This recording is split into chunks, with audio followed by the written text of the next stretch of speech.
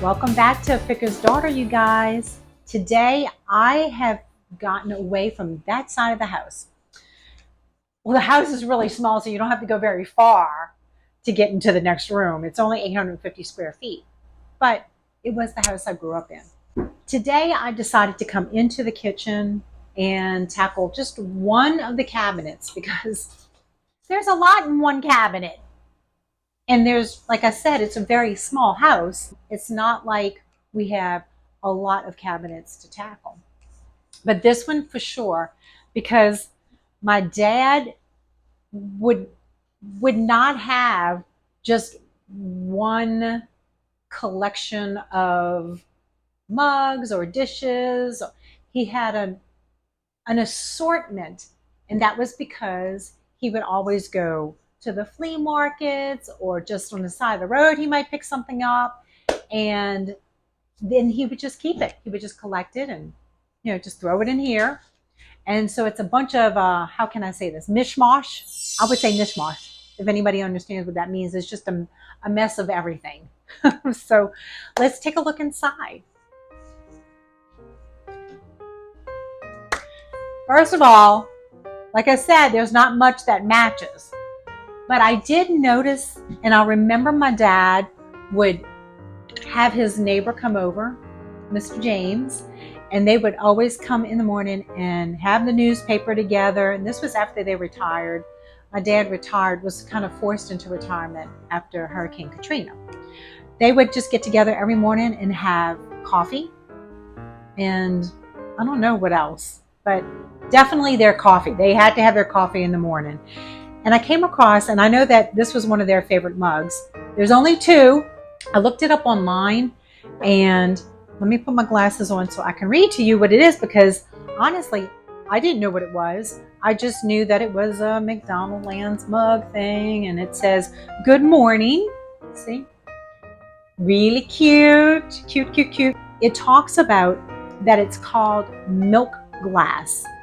Opaque milk glass, and it was originally made in Italy, like in the mid to late 1500s.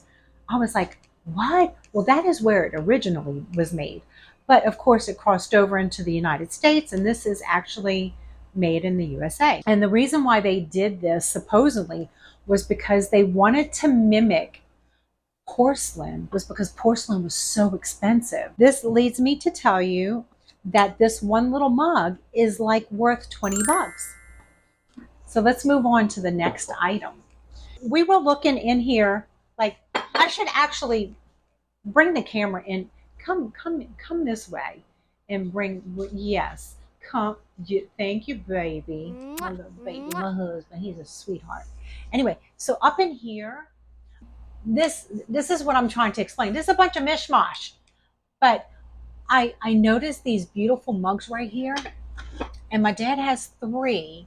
This is called ortajiri. This is made in Japan, and it does have a little symbol or emblem right there. Is it emblem? Emblem. What is it called? An emblem. Trademark.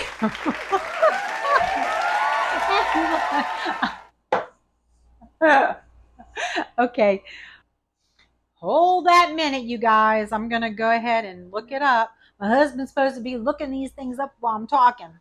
Ortajiri. There's no or. Ortajiri,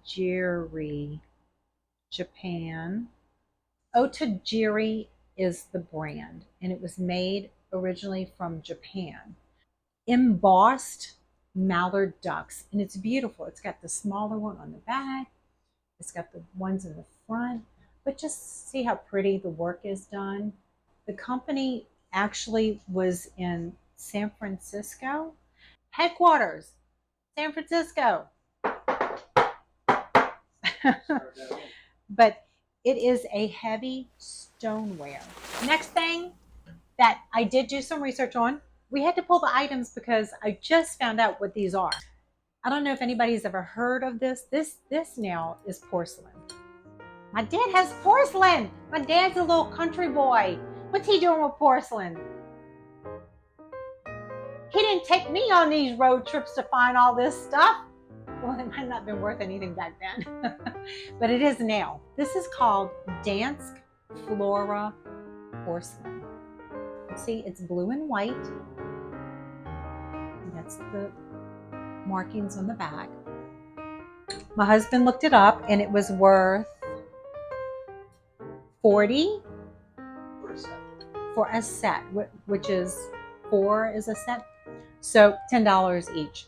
But still, if somebody has a set and they broke one and they're looking for, 1 or 2 bowls to complete their set, that's your way of selling it and making money, is they're missing a piece and they get to get a complete set whenever they go, online looking for. What is the VCR doing on top of the microphone? Daddy! All right. We have found maybe like a banana split ice cream bowl. It has 2 little handles. It really couldn't be used for anything. But look at how pretty the glass is. Look how pretty all the detailed work. It doesn't have any markings. I don't see any markings on it. But it is nice. That is what I'm finding in here. You guys, I don't even know. Like, I do see something way in the back over here. It's a Coca-Cola glass. Let's see. That's the only thing, but it does have the trademark right here. It says "Enjoy Coca-Cola." Kind of reminds me of the 1970s to maybe 80s, maybe. So this is it. Kind of looks like a Tiffany style. He only has. I only see one. One.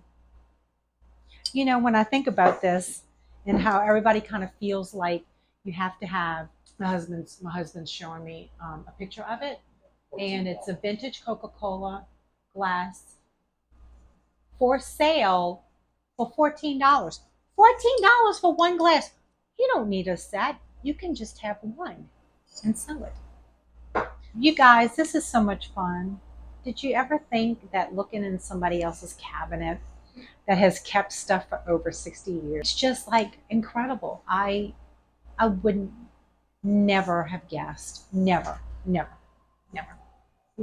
Because remember, originally I used to tell my dad I'm bulldozering the house down.